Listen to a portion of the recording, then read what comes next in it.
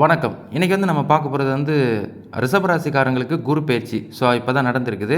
இந்த 2025, 2026 இந்த குரு பெயர்ச்சி சாதகமா இருக்குமா? அப்படின்ற ஒரு கேள்வி எல்லாத்துக்குமே இருந்துட்டு இருக்கும். காரணம் ரிஷப ராசிக்கு இதுவரைக்கும் ஜென்ம குருவா இருந்தாரு. இப்போ ராசிக்கு 2ல குடும்பஸ்தானத்துல குரு அமர்ந்திருக்கிறாரு. இன்னும் அடுத்த ஒரு வருஷத்துக்கு சுப பலன்களை உங்களுக்கு வழங்குவார். அதில் ரிஷப ராசியில் கார்த்திகை நட்சத்திரம், 2வது ரோஹிணி நட்சத்திரம், 3வது மிருகசீரிட நட்சத்திரம்.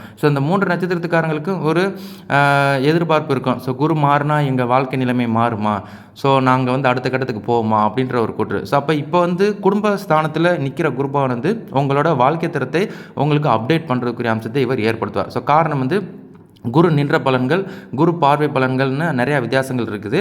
இதில் உங்களுக்கு சாதகமான பலன்களை இவர் ஏற்படுத்தார். அப்போ குடும்பஸ்தானத்தில் உட்கார்றாரு அப்படின்னாலே குடும்ப வாழ்க்கையில் கணவன் மனைவி உங்கள் குடும்பத்தை அடுத்த கட்டத்துக்கு கொண்டு போகிற விஷயங்களில் நீங்கள் பர்ஃபெக்டாக நீங்கள் அடுத்த கட்டத்துக்கு மூவ் பண்ணுவீங்க அப்படின்றது இந்த குரு பேச்சு உங்களுக்கு சாதகமாக இருக்குது. அப்போ ஆல்ரெடி உங்களுக்கு நீங்கள் கொடுத்த வாக்குகள் இது வரைக்கும் தவறி இருக்கலாம்.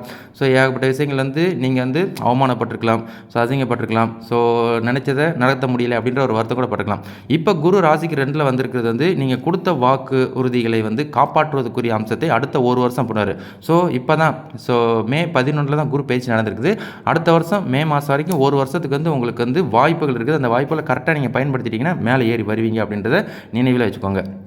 அதுபோல் பண நெருக்கடிகள், பண நெருக்கடி தான் பிரச்சனை, பணம் தான் பிரச்சனை அப்படின்ற ஒரு கூற்று எல்லாத்துக்கும் இருக்கும். அந்த நெருக்கடிகள் இதுக்கப்புறம் கொஞ்சம் கொஞ்சம் குறைய ஆரம்பிக்கும். இதுக்கப்புறம் ரெகுலரான இன்கம் வரும். அந்த வர்ற இன்கம் வச்சுட்டு கழுத்தை நெரிக்கிற கடன் சார்ந்த விஷயங்கள்லாம் செட்டில் பண்ணிவிட்டு அதுக்கப்புறம் நிம்மதியாக ரெகுலராக நீங்கள் வேலை செய்ய, ரெகுலராக வாழ்க்கையை வாழ்வதற்குரிய அம்சத்தை நீங்கள் ஃபாலோ பண்ணலாம் அப்படின்றத நினைவில் வச்சுக்கோங்க. அதுபோல் நல்ல பழக்க வழக்கங்கள், இது வரைக்கும் ஒரு தேவையில்லாத விஷயங்களை மாட்டிக்கிட்டு தேவையில்லாத இதில் நம்ம இருந்திருக்கலாம். இதுக்கப்புறம் நல்ல விஷயங்களை செய்வோம், நல்ல விஷயங்களே அப்டேட் பண்ணுவோம் அப்படின்ற ஒரு கூற்று உங்களுக்கு இதுக்கப்புறம் வர ஆரம்பிச்சிடும். அப்போ இதுவும் உங்களுக்கு பாசிட்டிவாக இருக்க போகுது அப்படின்றத நினைவில் வச்சுக்கோங்க. அதுபோல் உங்களோட எண்ணம், செயல், சிந்தனையெல்லாம் ஒரு மாற்றம் ஏற்படுறதுக்குரிய அம்சம் இருக்கும். அது சின்னவங்கலேருந்து பெரியவங்க வரைக்கும் ஒரு நல்ல எண்ணங்கள். ராசிக்கு 2ல் குரு வர்றாரு அப்படின்னாலே இதுக்கப்புறம் நம்மளை சிந்தித்து செயல்படக்கூடிய விஷயங்கள், நல்ல எண்ணங்களை உங்களுக்கு தெளிவுபடுத்துவாங்க அப்படின்றத நினைவில் வச்சுக்கோங்க. அதுபோல் தொழில் முன்னேற்றம். தொழில் ஆல்ரெடி தொழில் நான் செஞ்சுக்கிட்டு இருக்கிறேன், இது வரைக்கும் தொழிலில் ஒரு முன்னேற்றம் இல்லை அப்படின்ற ஒரு கூட்டு இருந்துருக்கும். வியாபார ரீதியாக தான். இதுக்கப்புறம் உங்களுக்கு வியாபார முன்னேற்றம். நீங்கள் வேலை செஞ்சுட்டு இருக்கிற இடத்துல நல்ல ஒரு அவுரா. அதுபோக நீங்கள் எதிர்பார்க்குற மாதிரி ஒரு ஒர்க்கிங் டைமிங்காக இருக்கட்டும், சுற்றி உள்ளவங்க உங்களை சாதகமாக இருக்கிறதாகட்டும், நீங்களும் அப்டேட் பண்ணுறதா இருக்கட்டும், போஸ்டிங் ப்ரொமோஷன் இந்த மாதிரி விஷயத்துக்குள்ளே நீங்கள் வருவீங்க. அப்போ உங்களோட தொழில் ஒரு முன்னேற்றம் இருக்குது அப்படின்றத நினைவில் வச்சுக்கோங்க. அதுபோல் வேலை தேடிக்கிட்டு இருக்கிற இளைஞர்கள், இவங்களுக்குலாம் வேலை கிடைக்குமா அப்படின்ற ஒரு கேள்விக்கு நல்ல ஒரு வேலை இதுக்கப்புறம் கிடைக்கும். அடுத்து ஒரு வருஷத்துக்கு நீங்கள் எங்கேயும் பை மிஸ்டேக்ஸ் ஆகாமல் நல்ல விதமாக தொடருவீங்க. ஏன் அப்படின்னா இது வரைக்கும் அங்கே சரியில்லை இங்கே சரியில்லை நம்ம போனாலும் குழப்பம் பண்ணுறாங்க அப்படின்ற ஒரு கூட்டு இருந்துக்கலாம்.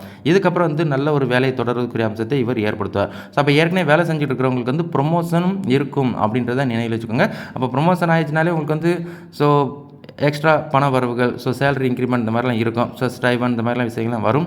அதை வச்சுக்கிட்டு நீங்கள் அடுத்த கட்டத்துக்கு நீங்கள் நகர்வதற்கும் உங்கள் ராசிநாதனுக்கு இப்போ குரு பேச்சு நல்லதாக இருக்கும். அப்போ திருமண காரியங்கள்லாம் கை கொடுமா, திருமணத்துக்கு நான் வெயிட் பண்ணிக்கிட்டு இருக்கேன் அப்படின்னு காமனாக இருப்பீங்க. அப்போ ராசிக்கு 2ல் குரு வர்றாரு அப்படின்னாலே சிலருக்கு திருமண வாய்ப்புகளை ஏற்படுத்துவார். அப்போ அதில் நீங்கள் திருமண வயசில் இருக்கிறவங்களுக்கு திருமண வாய்ப்புகள் இருக்குது அப்படின்றத நினைவில் வச்சுக்கோங்க. சரிங்களா?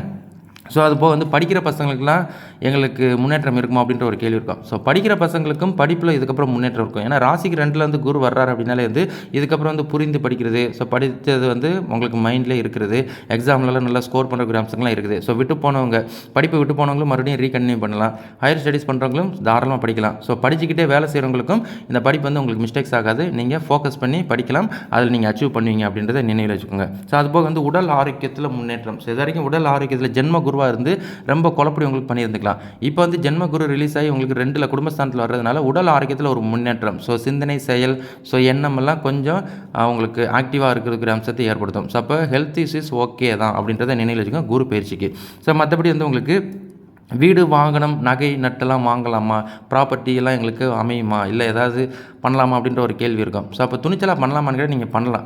வீடு வாங்குறதுக்குரிய அம்சங்கள் குரு பயிற்சி ஆகிட்டாலே வீடு, வாகனம், இந்த மாதிரி முயற்சி பண்ணுறவங்களுக்குலாம் நீங்கள் தாராளமாக இது வரைக்கும் ரெண்டல் வீட்டில் இருக்கலாம், வாடகை வீட்டில் இருந்து அதுக்கு நம்மளே சொந்தமாக வாங்கிடலாம் அப்படின்ற ஒரு கூற்று. அதுக்கப்புறம் நீங்கள் வாங்கினதை அங்கே ட்ராவல் பண்ணலாம். வாய்ப்புகள் இருக்குது, அதையும் கரெக்டாக பயன்படுத்திக்கோங்க. அதுபோல் நின்ற தொழில், இப்போ ஆல்ரெடி தொழில் ஆரம்பிச்சிருப்பீங்க போன வருஷம் ஆரம்பித்து ஸோ எதுவுமே அமையலை அப்படின்ற ஒரு வருத்தம் இருந்திருக்கலாம். ஸோ இந்த வருஷம் வந்து நீங்கள் அந்த நின்ற தொழிலை கூட மறுபடியும் ரீஆக்டிவேட் பண்ணலாம். ஸோ ரீஓப்பனிங் பண்ணி மறுபடியும் இந்த வருஷம் வந்து தொடரலாம். ஸோ அப்போ வர இந்த 5ஆவது மாதத்துலேருந்து அடுத்த வருஷம் 5ஆவது மாதம் வரைக்கும் தொழில் தானத்தில் ஒரு முன்னேற்றம் இருக்கும். மறுபடியும் நீங்கள் விட்டதை பிடிப்பதுக்குரிய அம்சங்கள் இருக்குது அப்படின்றத ஞாபகப்படுத்திக்கிறேன். ஸோ அதுபோல் வந்து கணவன் மனைவி அன்பு அந்யோன்யம் கூடுமா அப்படின்ற ஒரு கேள்விக்கு வந்து கணவன் மனைவிக்கும் இது வரைக்கும் பிரிந்த வாழ்க்கை, சண்டை சச்சரவு, மனஸ்தாபங்கள், ஸோ கொஞ்சம் குழப்பங்கள் இருந்திருக்கலாம். இதுக்கப்புறம் கணவன் மனைவிக்குள்ளே ஒரு ஒற்றுமைகள் இருக்குதுக்குரிய அம்சங்கள் இருக்குது அப்படின்றத நினைவில் வச்சுக்கோங்க. அப்போ இந்த குரு வந்து பயிற்சி உங்களுக்கு சாதகமாக இருக்கான்னு கேட்டால் குரு பயிற்சி உங்களுக்கு சாதகமாக தான் இருக்குது. ஸோ கரெக்டாக நீங்கள் பயன்படுத்திட்டீங்கன்னா சிறப்பு. மற்றபடி வந்து அவங்கவுங்க இப்போ குரு பயிற்சி மட்டும்தான், இப்போ ராசிக்கு 2ல் உள்ள பலங்கள் தான். ஸோ ஃபியூச்சரில் வந்து குரு பார்வை பலன்களும் வரும். நம்ம அப்புறம் தனியாக ஒரு வீடியோ போடுவோம், சரிங்களா? இப்போ இந்த அவங்கவுங்க வயசுக்கு ஏற்ற மாதிரி வந்து தசாக்கள் நடந்துகிட்டு இருக்கோம். ஸோ அப்போ இந்த மாதிரி தசாக்கள் நடக்குது எங்களுக்குலாம் சாதகமாக இருக்குமா அப்படின்ற ஒரு கேள்வி. ஏன்னா இப்போ பொதுவாகவே வந்து நீங்கள் வந்து ராசி பலன்கள் பார்க்கும்போது வந்து பொதுவாக இருக்குது, எங்களுக்கு ஒன்றும் செட் ஆகலை அப்படின்ற ஒரு கேள்வி இருக்கும். நான் ஏதோ பார்க்குறேன், பட் அவங்க சொன்ன மாதிரி எங்களுக்கு திருப்திகரமாக இல்லை அப்படின்ற ஒரு கேள்வி இருக்கும். ஸோ அது காரணம் வந்து நீங்கள் வந்து பல தரப்பு வயசில் இருப்பீங்க, வயதினர்களாக. ஸோ அப்போ இந்த பல தரப்பு வயசினர்களாக இருக்கும்போது வந்து காமனாக நம்ம ரிஷபராசிக்கு பேசுவோம். அப்போ கார்த்திகை நட்சத்திரத்தில் இருக்கிறவங்களும் ரிஷபராசி தான், ரோஹிணி நட்சத்திரத்தில் இருக்கிறவங்க ரிஷபராசி தான், மிருகசீரிடமும் ரிஷபராசி தான். பட் இந்த நட்சத்திரங்களின் அடிப்படையில் வந்து உங்களுக்கு தசாக்கள் மாறும். அப்போ தசாக்கள் அடிப்படையில் உங்கள் வயசு, நீங்கள் வயசு இந்த வயசில் இருக்கிறீங்கன்னா இந்த கூற்றுக்குள்ளே தான் நீங்கள் இருப்பீங்க அப்படின்றது தான் ஒரு கான்செப்ட். அது போக ஜனன ஜாதகம் பார்க்கும்போது நமக்கு டீட்டெயிலாக தெரிய வரும். மற்றபடி இப்போ வந்து எக்ஸாம் நீங்கள் கார்த்திகை நட்சத்திரத்தில் இருக்கிறீங்கன்னு வச்சுங்களேன். ஸோ பிறந்து நீங்கள் வந்து கார்த்திகை நட்சத்திரனாலே வந்து உங்களுக்கு வந்து 2, 3, 4 ஸோ இந்த பாதங்களில் தான் இருப்பீங்க.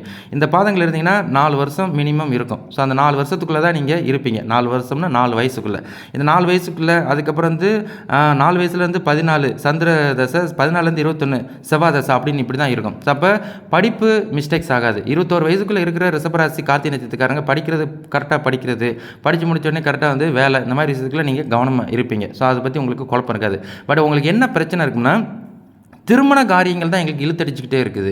21வது வயசுலேருந்து இன்னமும் திருமணம் நடக்க மாட்டேங்குது. இப்போ நீங்கள் 39வது வயசு வரைக்கும் கூட இருக்கிறீங்க அப்படின்னா கூட ஏன் திருமணம் இப்படி மிஸ்டேக்ஸ் ஆகுது? ஜாதகம் தான் சரியில்லையா, இல்லை எங்கள் ஜனன ஜாதகம் சரியில்லையா, இல்லாட்டினா அப்படின்ற ஒரு கேள்வி இருந்துகிட்டு இருக்கோம். உங்களுக்கு வந்து ராகு தசை நடத்திக்கிட்டு இருப்பார்.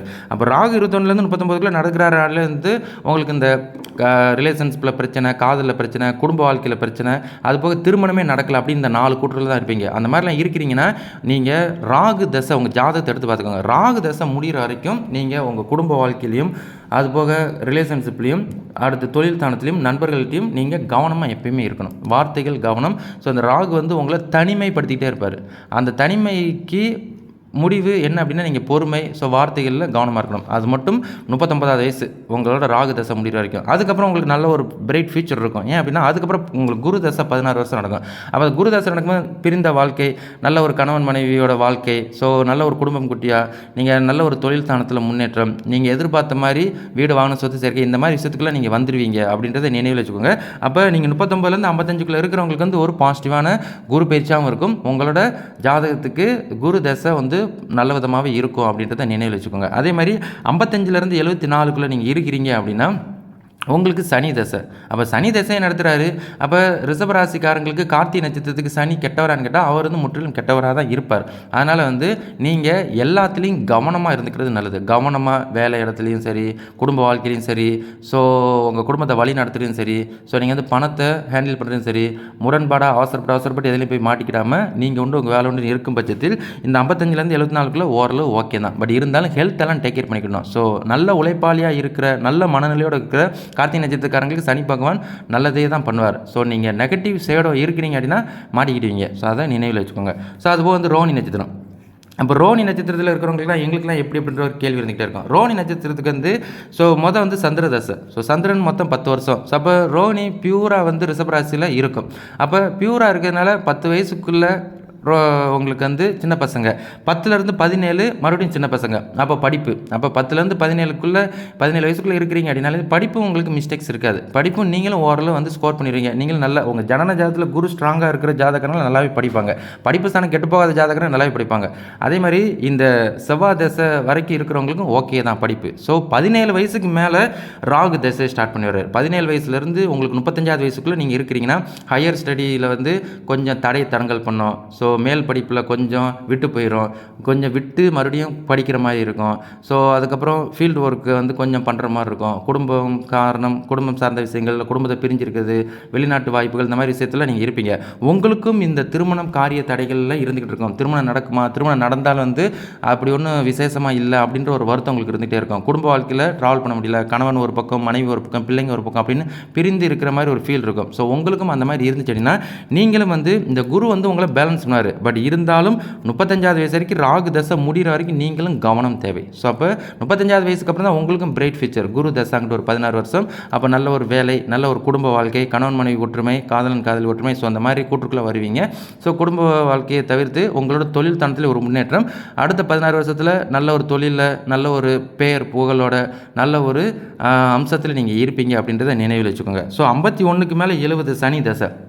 அப்போ சனி தசை அதுவும் அதே தான். சந்திரனோட அதிபதிக்காரங்களுக்கு வந்து சனியும் வந்து முரண்பாடாக தான் இருப்பார். நீங்கள் எங்கேயுமே பிசுறு தட்டக்கூடாது. சனி அப்படின்ற வார்த்தையை சொல்கிறது கூட உங்களுக்கு வந்து மிஸ்டேக்ஸ் ஆக்கி விட்ரும். ஸோ அதனால் வந்து நீங்களும் சனி தசையில் வந்து ட்ராவல் பண்ணுறீங்க அப்படின்னா கவனமாக இருந்துக்கோங்க. எல்லாத்துலேயும் வண்டி வாகனங்களை போய்ட்டு வருது, தொழில் ஸ்தானத்தில் கவனம், ஸோ கொடுக்கல் வாங்கலில் கவனம், ஸோ உங்கள் உடல் ஆரோக்கியத்தில் கவனம், ஸோ ஹார்ட் ஒர்க்கு பண்ணிங்கன்னா அதுக்குரிய இன்கம்லாம் இருக்கும். ஸோ அதுக்கு தாரத்தை நீங்கள் வந்து முன்னேற்றம் பண்ணிக்கிட்டே வருவீங்க. மறுபடியும் பொருளாதார நெருக்கடிகள் எப்பயுமே இருந்துகிட்டே இருக்கும். சனி தசை நடத்துகிறாரு அப்படின்னாலே பொருளாதார நெருக்கடி. ஏன் நெருக்கடி அப்படின்னா நீங்கள் ஸ்மார்ட்டாக இருக்கிறீங்க அப்படின்னாலும் ஸோ ஹார்ட் ஒர்க் பண்ணுறீங்கன்னா உங்களை எந்த டிகுவாலிஃபிகேஷன் பண்ண மாட்டார்.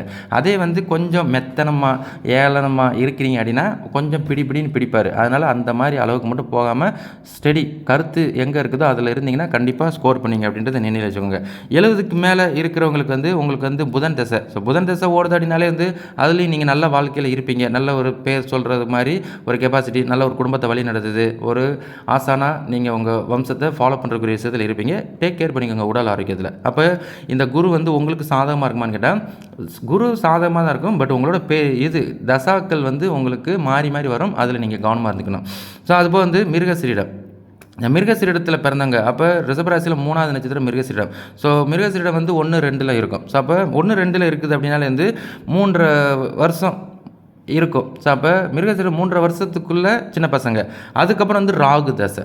இந்த ராகு தசை வந்து 21வது வயசு வரைக்கும் இந்த மிருகசீரிடத்துக்கு வந்து ராகு தசை நடந்திருக்கும். அப்போ ராகு தசை அப்படின்னாலே படிப்பு சுமார் ரகமானு கேட்டால் சுமார் ரகம் தான். அதே மாதிரி உங்கள் ஜனன ஜாதத்தில் குரு ஸ்ட்ராங்காக இருக்கிறாரு, படிப்பு ஸ்தானம் கெட்டு போகல அப்படின்னா ஓரளவு நீங்கள் ஓகே தான். மற்றபடி ராகு ஒரு சிலருக்கு வந்து படிப்பு ஸ்தானம் டவுனாக இருந்துச்சு அப்படின்னா நீங்கள் கவனம், முற்றிலும் படிப்பில் மட்டும் கவனம், படிப்பை தவிர்த்து வேறு எதுலேயும் கவனம் செல்லக்கூடாது. அப்படி போயிடுச்சுன்னா கொஞ்சம் படிப்பு வந்து மிஸ்டேக்ஸ் ஆகிடும். சரிங்களா?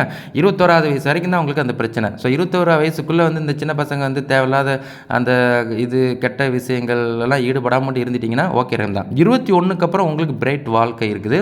ஸோ பாஸ்ட்டாக திருமணம், பாஸ்ட்டாக வேலை, பாஸ்ட்டாக வந்து செட்டில்மெண்ட்டு, பாஸ்ட்டாக வீடு வாங்குற இந்த மாதிரி விஷயங்கள் உங்களுக்கு ஒன் பை நடக்கும். உங்கள் ஜனஜாதத்தில் எதுவும் தோசை எதுவும் பெறாமல் இருந்து நல்ல ஒரு சுத்த ஜாதகமாகவே இருக்குது அப்படின்னா இந்த குரு தசை உங்களை 21லேருந்து 37க்குள்ளே நல்ல ஒரு வாழ்க்கை தரத்துக்குள்ளே கொண்டு வருவார் அப்படின்றத நினைவிலே வச்சுக்கோங்க.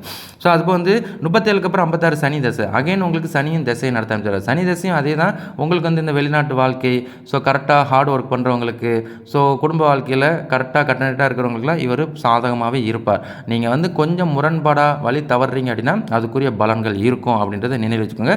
பொருளாதார நெருக்கடி, ஸோ ஃபினான்ஷியல் ரிலேட்டடாக அன்ஸ்டேபிளாக இருந்துக்கிட்டு தான் இருப்பீங்க அப்படின்றத மைண்டில் வச்சுக்கோங்க.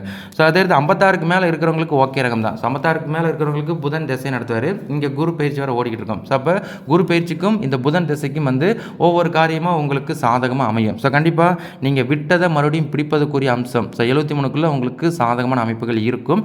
ஸோ நல்ல ஒரு குடும்ப வாழ்க்கையில் ட்ராவல் பண்ணிங்க. ஸோ அதே 73க்கு மேலே இருக்கிறவங்களுக்கு வந்து உங்களுக்கு கேது தசை. ஸோ உங்களுக்கு வந்து இந்த கேது தசை நடக்கிறவங்களுக்கு தான் உடம்பை முற்றிலும் டேக் கேர் பண்ணிக்கணும். உடல் ஆரோக்கியத்தில் முற்றிலும் கவனமாக இருந்துக்கிறது நல்லது. சரிங்களா?